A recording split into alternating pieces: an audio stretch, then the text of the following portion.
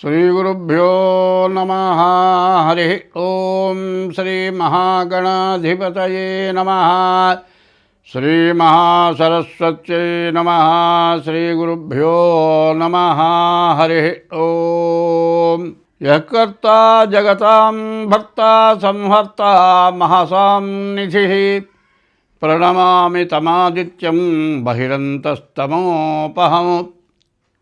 ఆదిత్యోర్కో రవిర్భానుర్భాస్కరశ్చ దివాకరః మార్తాండః సవితా హేళి తీక్ష్ణాంశుర్మిహిరో రవిః. పరాభవనామ సంవత్సరం, నూతన యుగాది. ఈ యుగాది సంవత్సరం భక్తి భాస్కర ఛానల్ ప్రేక్షకులకు నూతన సంవత్సర శుభాకాంక్షలు, శుభాభినందనలు. 2026 సంవత్సరం మార్చి నెల 12వ రాశి, చివరి రాశి. ఈ సంవత్సరం మీనరాశి ఫలితాలు చెప్పుకుందాం. ఈ మీనరాశికి వచ్చేపటికల్లా ఏలినాడు శని ప్రారంభమైంది. ఈ ఏలినాడు శని ప్రారంభమై సంవత్సరం అయింది. ఇంకా 6 సంవత్సరాల 6 మాసాలు ఏలినాటి శని జరుగుతుంది. ఈ ఏలినాటి శనిలో బాధపడని మానవుడంటూ ఎవడు ఉండడు. అయితే శని దుర్మార్గుడు మాత్రం కాదు. ఎప్పుడైనా సరే ఏలినాడు శని టైంలో నీ ఇష్టదైవాన్ని పూజించాలి. తెల్లవారుజామున లేచి, సూర్యోదయానికి ముందుగా లేచి, నిద్ర లేచి, స్నానం చేసి, దేవుని దగ్గర దీపారాధన చేసి, 3 వేళలా ఉదయం, మధ్యాహ్నం, సాయంత్రం సూర్యుడికి నమస్కారం చేయాలి. ఉదయం బ్రహ్మస్వరూపం, మధ్యాహ్నం పరమేశ్వరుడు, సాయంకాలం విష్ణుమూర్తి. 3 వేళలా సూర్య నమస్కారం చేయండి. ప్రతిరోజు కూడా ఈ శివాలయానికి వెళ్ళండి, శివుడికి ప్రదక్షిణ చేయండి. మరి సోమవారం ఈశ్వరుడికి అభిషేకం చేయించుకోండి, శనివారం శనికి అభిషేకం చేయించుకోండి. మీరు మీ డేట్ ఆఫ్ బర్త్ ద్వారా జాతకం చూపించుకోండి. ఇట్లా చేస్తే మీకు అన్ని విధాలా బాగుంటుంది. చాలామంది ఏం చేస్తున్నారంటే, ఎంతోమంది దగ్గర చూపించుకున్నామండి, మాకేం కాలేదు, అట్లా ఆలోచన వద్దు. ఎందుకంటే అనుభవం ద్వారా ఇంకా జాతకం చెప్పడానికి వీలవుతుంది. ఎందుకంటే ఏలినాడు శని అంటే మామూలుది కాదు. 30 సంవత్సరాలకు ఒకసారి వస్తుంది. మరి మొదటి 30 సంవత్సరాల తర్వాత 60 సంవత్సరాల తర్వాత 90 సంవత్సరాలు. ఈ 3 టైములో ఒడ్డున పడ్డవాడు ఘనుడు.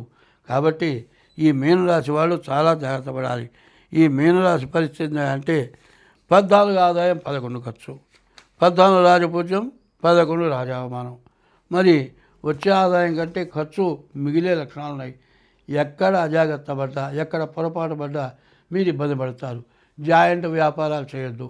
ఎవరైనా సరే ఏ చీట్లు పడుకుంటే హామీలు ఉండొద్దు. దొంగ రిజిస్టరు, డబల్ రిజిస్టర్లు ఉంటాయి, అట్లాంటి వాటికి సాక్ష్య సంతకాలు పెట్టద్దు. ఇట్లాంటి వాటిల్లో ఎక్కడైనా ఇరుక్కున్నారంటే మీ ఆస్తులు పోతాయి, మీరు బతుకు తిరిగిపోతుంది, జైలు పాలయ్యే పరిస్థితులు కూడా వచ్చిన వాళ్ళు ఉన్నారు. కాబట్టి ముందు మీ జాగ్రత్త చాలా అవసరం. ముందు జాగ్రత్త పడటమే కాకుండా మీ డేట్ ఆఫ్ బర్త్ ద్వారా మీ జాతకం చూపించుకోండి.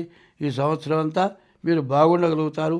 దాదాపుగా చెప్పాలంటే ఈ సంవత్సరం చాలా కష్టాలు, నష్టాలు, బాధలు ఎక్కువగా కనపడుతున్నాయి. అయితే ఏదైనా కూడా ఎట్లా ఉంటుందంటే, మనం అన్నం వండుకుంటున్నామంటే మరి బియ్యం కడిగి పొయ్యి మీద పెట్టి దానికి తగిన ఎసరు పోస్తాం. తక్కువ పోస్తే ఉడకదు, ఎక్కువ పోస్తే తినటానికి పనికిరాదు. దానికి తగినంత పోయాలి. అట్లాగే ఇప్పుడున్న పరిస్థితుల్లో ఎంత జాగ్రత్తగా ప్రవర్తించాలో అంత జాగ్రత్తగా ప్రవర్తించాలి. ఏది అనవసరమైన పనులు చేయకూడదు, ఎక్కడ తొందరపాటు పనులు చేయకూడదు. జాగ్రత్తగా ఉండాలి, జాతకాలు చూపించుకోవాలి, దైవాన్ని నమ్మాలి. దైవం కంటే తల్లి, తండ్రి, గురువు దైవం అన్నారు. ఇప్పుడు స్కూల్లో కానీ కాలేజీలో కానీ చదువుకుంటే పిల్లలు ఉంటారు. మరి ఆ మాస్టర్ ఎవరో వాడు ఏదైనా చేస్తే ఏరా అని దెబ్బ కొట్టడానికి వీల్లేదు, తిట్టడానికి వీల్లేదు. లోపల ఉన్నావు కదా అని మాట్లాడుతున్నావు, నువ్వు బయటకు వస్తావుగా, బయటకు వచ్చిన తర్వాత నీ సంగతి చూస్తా అనే రోజులు వాళ్ళు వస్తున్నాయి. మేము చదువుకున్న రోజుల్లో కాలేజీ లెక్చరర్లు కానీ, హై స్కూల్ మాస్టర్లు కానీ వాళ్ళకి భయపడ్డాం, తల్లిదండ్రులు భయపడ్డాం, పెద్దవాళ్ళు ఎవరా ఏందిరా ఈ పని అంటే భయపడ్డాం. ఆ రకమైన ప్రవర్తన ఉన్నవాళ్ళు ఇప్పుడు ఈ సంవత్సరాలు బాగుపడతారు. అట్లా కాకుండా ఎవరిని లెక్క చేయకుండా ఇష్టానుసారంగా ఎవరైతే ప్రవర్తిస్తారో వాళ్ళు మాత్రం చాలా నష్టాలు, కష్టాలు, ఇబ్బందులు, జీవితంలో మళ్ళీ తిరిగి కోలుకోలేని ఇబ్బందులు పడతారు. కాబట్టి ఈ 12 రాసుల వాళ్ళు కూడా నేను చెప్పేది ఏమిటా అంటే ముందు మీ జాతకం చూపించుకోండి. సంవత్సరాది రోజున ఈ సంవత్సర ఫలితం వినండి. దాదాపు కొంత మీకు మంచి ఫలితం భగవంతుడు ఇస్తాడు. తల్లిదండ్రులను పూజించండి, దైవాన్ని పూజించండి, గురువుని పూజించండి, మంచి అనేది నేర్చుకోండి, చెడుదారికి పోకుండా ఉండండి. ఇట్లా ఉంటే అంతా బాగుంటుంది.